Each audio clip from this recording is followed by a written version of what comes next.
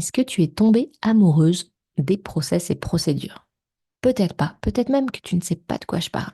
Dans ce cas-là, je t'invite à aller écouter l'épisode précédent. Si tu sais déjà de quoi je parle, tu peux rester et écouter tout ce que tu as à savoir de très concret pour faire un process ou une procédure légère, pas prise de tête, mais hyper utile. Bienvenue dans La Timonerie, le podcast où on parle gestion du temps, organisation et productivité pour les entrepreneurs soucieuses de leur écologie personnelle. Je suis Cécile et j'aide les entrepreneurs et les femmes qui ont des projets à mettre en place leur système d'organisation sur mesure et à se libérer du temps et de l'espace mental, à travers des formations, des accompagnements ou directement dans leur entreprise en tant qu'online business manager. La timonerie sur un bateau, c'est le lieu qui abrite les instruments et appareils de navigation. Et ce que je veux avec ce podcast, c'est te donner des outils, conseils et partage d'expériences concrets pour avancer efficacement et sereinement vers tes objectifs, tout en respectant tes aspirations et ton mode de fonctionnement, loin des contraintes et des règles du jeu imposées par les injonctions extérieures.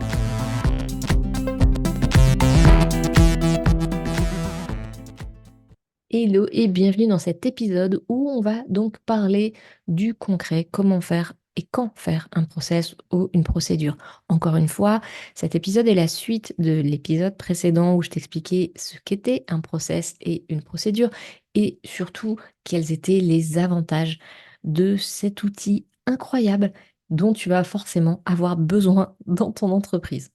Donc si tu l'as pas entendu, je t'invite à mettre pause sur celui-ci et aller d'abord écouter l'épisode précédent. Si tu sais déjà de quoi on parle et que tu es convaincu mais tu veux en savoir plus sur le comment, eh bien allons-y. Donc la question dans cet épisode c'est quand faire un process ou une procédure.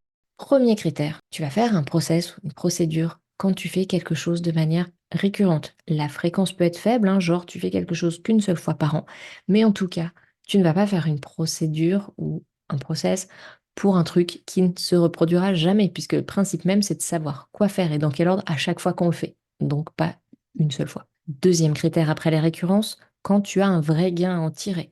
Si réaliser un certain type de tâche te prend la tête ou du temps à chaque fois, parce que tu cherches des infos, que tu refais des trucs déjà faits, que tu ne te souviens plus bien comment on fait précisément, ou si tu fais des erreurs qui te portent préjudice, par exemple en voyant une image de toi pas très pro ou en te faisant perdre de l'argent, alors que s'il y avait eu l'étape relancer le prospect après 7 jours, ça serait pas arrivé.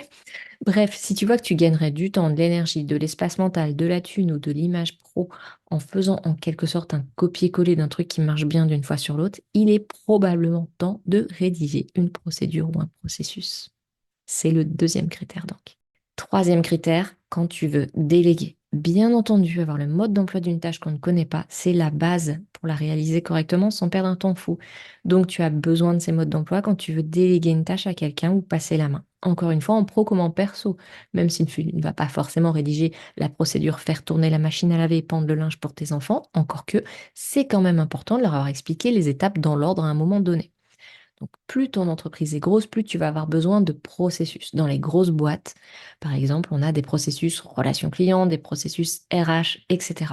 Si tu travailles seul ou avec une petite équipe, tu vas probablement avoir besoin en priorité de procédures bien concrètes du type les étapes pour faire la compta et déclarer son chiffre d'affaires, la création technique d'un système de vente pour une nouvelle offre, la réponse à tel ou tel type de mail ou message, l'accueil d'un prospect lors d'un entretien découverte, l'onboarding d'un nouveau client, la récolte de témoignages, etc., etc.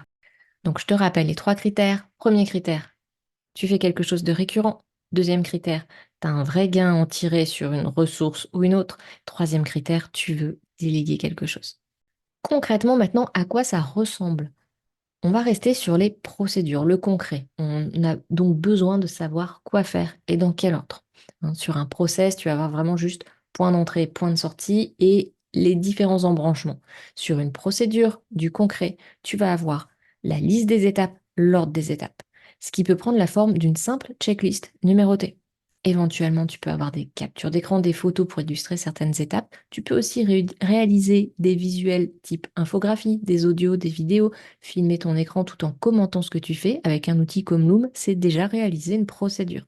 Donc la première étape lorsque tu fais une procédure, dans l'idéal, c'est de découper ce que tu as à faire en étapes, voire en étapes et sous-étapes, en imaginant qu'un enfant de 10 ans devrait pouvoir le faire à partir des infos que tu vas laisser.